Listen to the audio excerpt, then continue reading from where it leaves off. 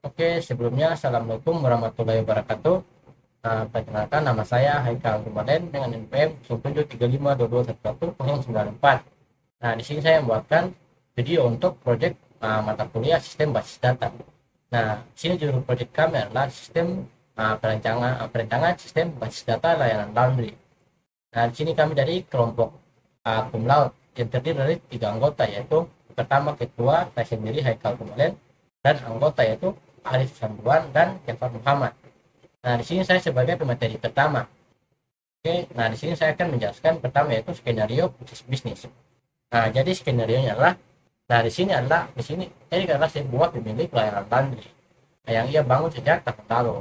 Awalnya usaha laundrynya ini masih memiliki pelanggan yang belum terlalu banyak, makanya seiring berjalannya waktu layanannya itu mulai membludak atau pelanggannya mulai banyak, dan Edik pun otomatis harus merekrut beberapa karyawan untuk membantu mengerjakan pesanan-pesanan dari para pelanggan tersebut.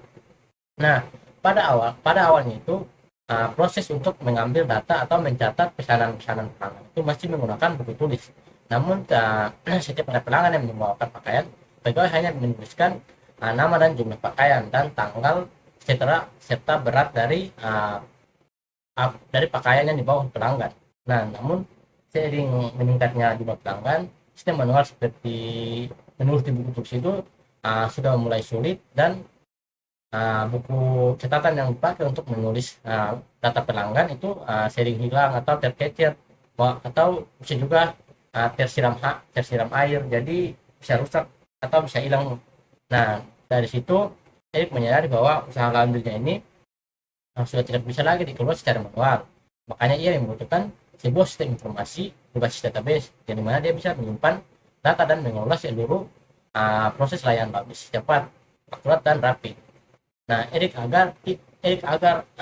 ingin agar membangun sistem barunya itu yang mampu mencatat data pelanggan dan menyimpan data pegawai, serta menyiapkan informasi layanan laundry, mencatat setiap pesanan yang masuk, dan menyiapkan detail item cucian, dan mencatat nama pekerja atau pegawai. Ah, dengan sistem yang baru di atas ini, laundry akhirnya itu dia bisa berjalan sesuai proses. Mulai dari perlengkapan, pelanggan menyerahkan pakaian hingga pesan diambil dan kembali tetap rapi dalam database. Jadi dia juga mempunyai data mentah yang terus dibuku, dan dia juga mempunyai sistem yang disimpan di database atau data yang disimpan secara rapi di database. Nah, yang kemudian itu untuk membuatnya itu kita menentukan entitas atau atribut dan UID. Nah, berdasarkan bisnis proses yang didapat pada langkah sebelumnya itu, berikutnya kita tentukan atribut dan ID, termasuk yang mandatory dan optionality. Oke, langsung saja, yaitu yang pertama ada entitas pelanggan. Nah, entitas pelanggan atributnya itu ada ID pelanggan, terus ada nama, ada alamat, nomor telepon, dan email optionality atau jika ada. Nah, selanjutnya itu ada entitas pegawai. Atributnya yaitu ada ID pegawai, terus nama, nomor telepon, dan jabatan. Selanjutnya itu yaitu layanan, entitas layanan. Entitas layanan itu dia yang punya atribut yang di dalamnya ada ID layanan, nama layanan, harga per item, dan entitas waktu. Waktu untuk waktu pengerjaan. Nah, untuk entitas pesanan, dia yang punya atribut yang di dalamnya itu ada ID pesanan, tanggal masuk, tanggal selesai, dan status. Nah, untuk entitas item cucian itu dia mempunyai atribut berupa ID item, jenis pakaian, berat, dan harga item. Nah, oke, selanjutnya itu kita menentukan relasi dengan menggunakan diagram matriks. Nah, berdasarkan skenario bisnis yang sudah dipaparkan pada bagian sebelum itu, nah kita dapat beberapa relasi yang terjadi antara entitas-entitas yang sudah ditetapkan. Untuk memastikan semua relasi terdeteksi, maka digunakan diagram matriks. Nah, diagram matriks akan membuat relasi yang terjadi dan nama relasi antara entitas-entitas. Penamaan relasi dilakukan dua arah. Selengkapnya itu kita bisa lihat pada tabel yang di bawah ini. Inilah tabel diagram matriks. Nah, di sini bisa kita lihat yaitu ada pelanggan. Nah, di sini pelanggan dia mempunyai atribut dengan pesanan karena pelanggan membuat pesanan. Terus ada pegawai. Nah, sini pegawai itu dia mempunyai relasi juga dengan pesanan, karena pegawai dia menerima pesanan atau dia membuat pesanan dari pelanggan. Terus yang kedua itu, yang ketiga yaitu layanan. Nah, di sini layanan mempunyai entitas dengan item cucian, karena setiap layanan diterapkan ke dalam item cucian. Untuk pesanan, dia mempunyai atribut, dia mempunyai relasi dengan pelanggan karena pesanan dibuat oleh pelanggan, atau pelanggan membuat pesanan. Terus dia selain pelanggan juga mempunyai relasi dengan pegawai, karena pesanan ini akan diterima oleh pegawai. Nah, maksudnya itu pelanggan membuat pesanan dan pesanan itu akan diterima oleh pegawai laundry. Terus selanjutnya dia mempunyai relasi dengan item cucian, karena yang pesanan pelanggan membuat pesanan yang diterima oleh pegawai itu berupa item cucian, berupa baju, celana, atau yang lain-lain. Nah, di sini ada item cucian ini dia mempunyai relasi dengan layanan, karena item cucian ini dia menggunakan layanan, dan dia juga mempunyai relasi dengan pesanan. Jadi item cucian ini dia melakukan bagian dari pesanan. Itu berupa item cuciannya itu berupa kayak baju dan celana dan lain-lain. Nah, oke, selanjutnya itu menentukan optionality dan cardinality. Nah, di sini saya akan menjelaskan satu sebagai contoh, yaitu A. Nah, di sini ada entitas pelanggan. Ini ada entitas pelanggan dan entitas pesanan. Nah, untuk pertama itu optionality. Nah, setiap pelanggan bisa membuat pesanan atau tidak opsional, dan setiap pesanan harus dimiliki oleh satu pelanggan, mandatory. Nah, cardinality, setiap pelanggan dapat memiliki satu atau lebih pesanan, dan setiap pesanan itu bisa dibuat hanya untuk satu pelanggan, one many to one. Nah, jika digambarkan itu seperti yang di bawah ini. Nah, di sini setiap pelanggan dapat memiliki satu atau lebih pesanan. Dan setiap pesanan harus dimiliki oleh satu pelanggan. Jadi setiap pelanggan dapat memiliki satu atau lebih pesanan, dan setiap pesanan harus dimiliki oleh satu pelanggan. Nah, oke, mungkin sekian penjelasan materi dari saya. Untuk penjelasan materi berikut IRD, maka akan dijelaskan oleh pemateri yang kedua.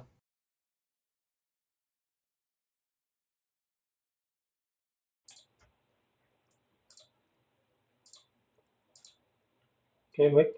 Assalamualaikum warahmatullahi wabarakatuh. Saya Arif Zumur Sesanduan dengan NPM 07352211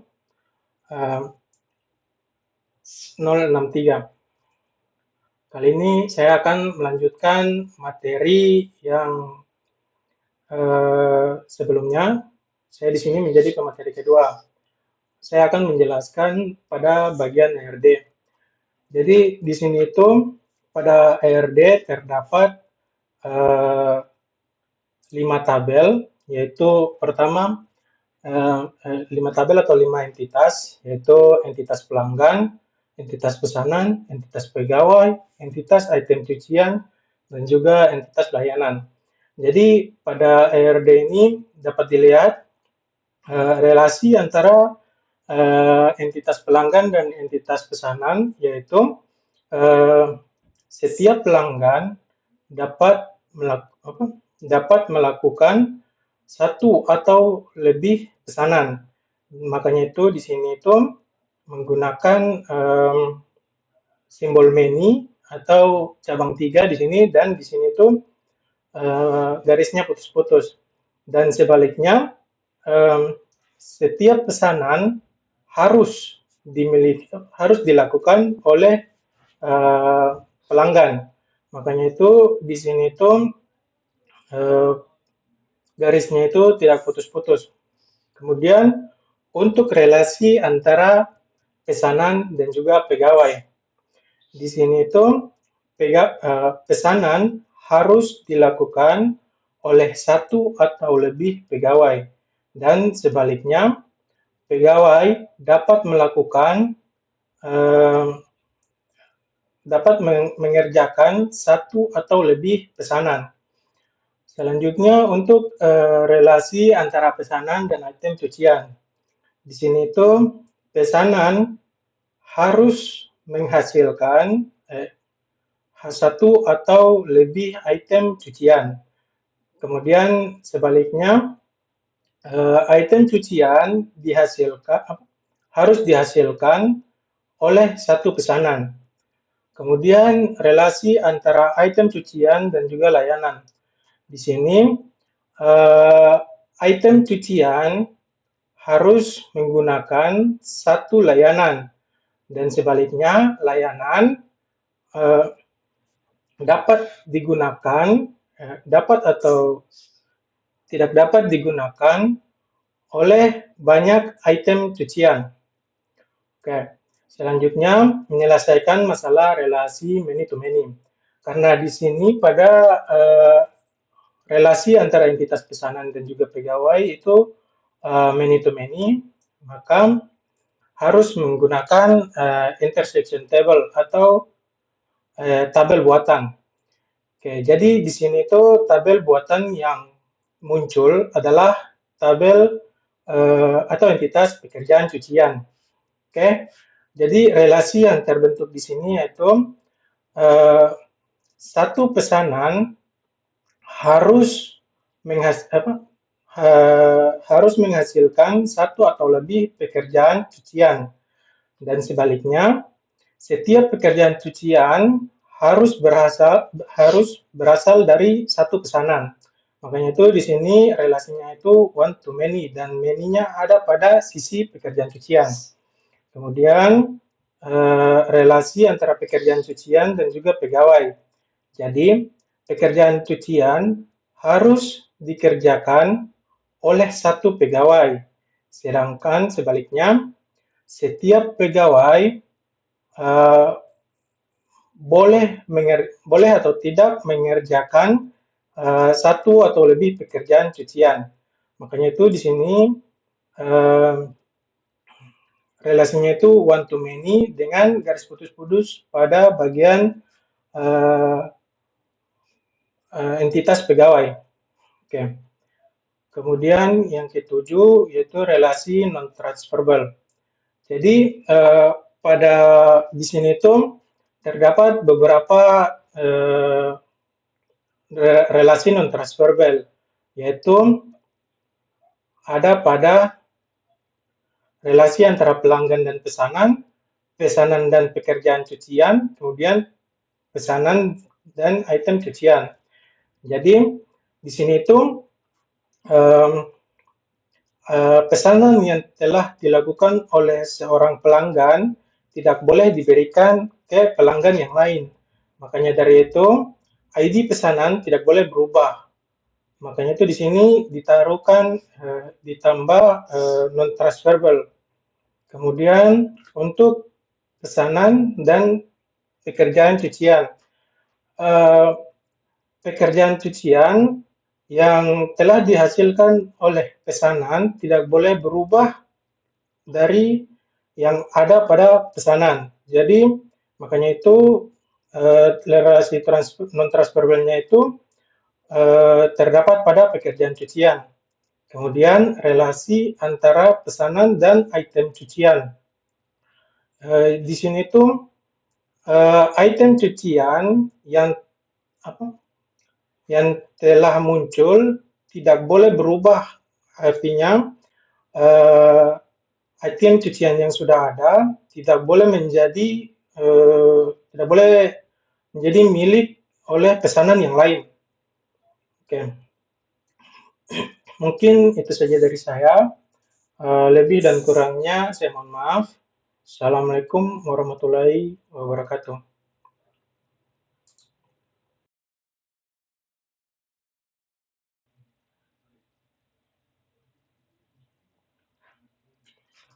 Baik, sebelumnya Assalamualaikum warahmatullahi wabarakatuh. Perkenalkan, nama saya Jafar Muhammad dengan NPM 073522111084. Di sini saya sebagai pemateri ketiga dan akan melanjutkan pemateri sebelumnya.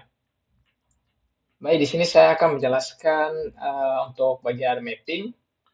Di sini pada tahap mapping ini, itu kita merubah entitas menjadi sebuah tabel fisik dengan atribut-atributnya. Di sini kita ambil contoh sebagai tabel pelanggan. Di sini pada tabel pelanggan, di sini atribut ID pelanggan sebagai primary key dan juga atribut-atribut lainnya yaitu nama pelanggan, alamat, nomor telepon, dan email sebagai unique key. Terus kita bakal ambil contoh kedua yaitu ada tabel pesanan. Di sini pada tabel pesanan ini eh, atribut yang menjadi primary key-nya itu ID pesanan. Dan di sini karena tabel pesanan ini memiliki relasi antara memiliki relasi dengan tabel pelanggan. Jadi atribut ID pelanggan yang ada pada tabel pelanggan itu dijadikan sebagai foreign key pada tabel pesanan di sini. Oke, baik, kita bakal lanjut ke perintah SQL. Di sini kita coba ambil contoh untuk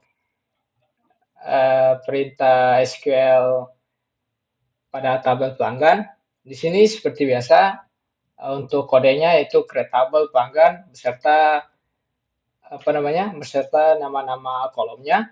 Di sini ada ID pelanggan yang sama seperti sebelumnya yaitu memiliki constraint itu primary key. Dan untuk atribut-atribut lainnya seperti nama pelanggan, alamat, dan nomor telepon itu memiliki constraint yaitu not null dan email sebagai unique. Artinya tidak boleh ada duplikat nilainya, tidak boleh sama. Gitu. Baik, kita lanjut ke bagian